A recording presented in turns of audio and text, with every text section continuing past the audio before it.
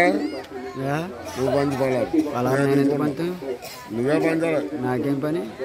ఎవరి కాలే పంచుకుంటున్నారు, మీరే పంచేస్తున్నారు అన్ని పలహారాలు. నువ్వు పంచరా ఈ పలారం తీసుకొద్దండి మానపడ తిప్పుతాను నాకు అలా సిరాకు అసలు జోలికి రాను, ఇంకా మానేస్తాను అంతే.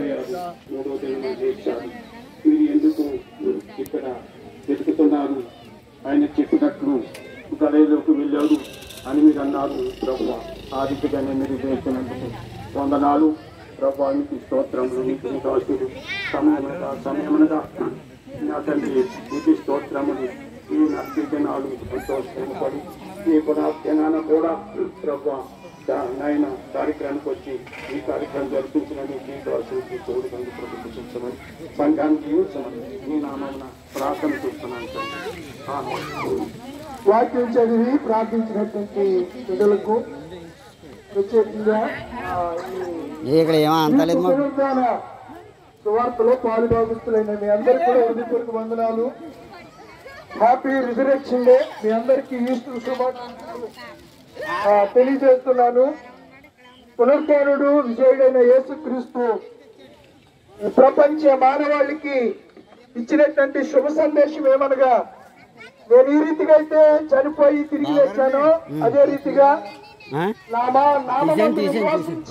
చనిపోయిన మీ పిల్ల తీసేస్తున్నాను, ఒక దినాన్న మీ పిల్ల తీసేస్తున్నాను. అపోస్తలుడైన పౌలు తెస్సలోనిక సంఘానికి కోతులని ఆరిపోతున్నాను. లావి తేవచ్చు కదా,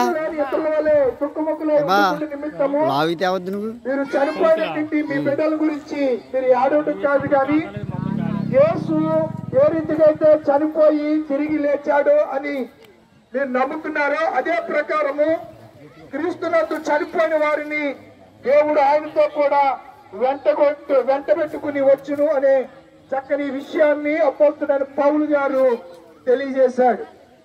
యేసు ప్రభు వారిని శుక్రవారం దినాన్న వారు 5:30కు ఆయనను సమాధి చేశారు. యూదుల కాలమాన ప్రకారము 6 to 6 ఒక రోజు, అంటే 3 రాత్రులు 3 పగళ్ళు ఆయన సమాధిలో ఉన్నాడు. ఈ పునరుద్ధరణ ఆదివారం ఇంకా చీకటి ఉండగానే, చాలా చీకటిగా ఉంది, చెమ్మ చీకటి. ఆ చీకటిలో శనివారం వారికి విశ్రాంతి దినం, ఆదివారం పునరుద్ధరణ దినం. ఆదివారం విశ్రాంతి దినాన్న వారు ఎక్కడికి వెళ్ళరు, కనీసం అడుగు తీసి అడుగు కూడా వేయరు, నడవరు. అది యూదుల ఆచారం. అదే రీతిగా ఆదివారం ఇంకా చీకటిగా ఉండగానే స్త్రీలు అనేక మంది యేసు దేహానికి సుగంధ ద్రవ్యాలు పూయాలని మగ్దలేని మరియా, వేరొక మరియా, క్లోపా భార్య అయిన మరియా, వీళ్ళందరూ సుగంధ ద్రవ్యాలు తీసుకుని చీకటి ఉండగానే సమాధుల తోటలో యేసు ప్రభు వారిని పెట్టినట్టు కొత్త సమాధి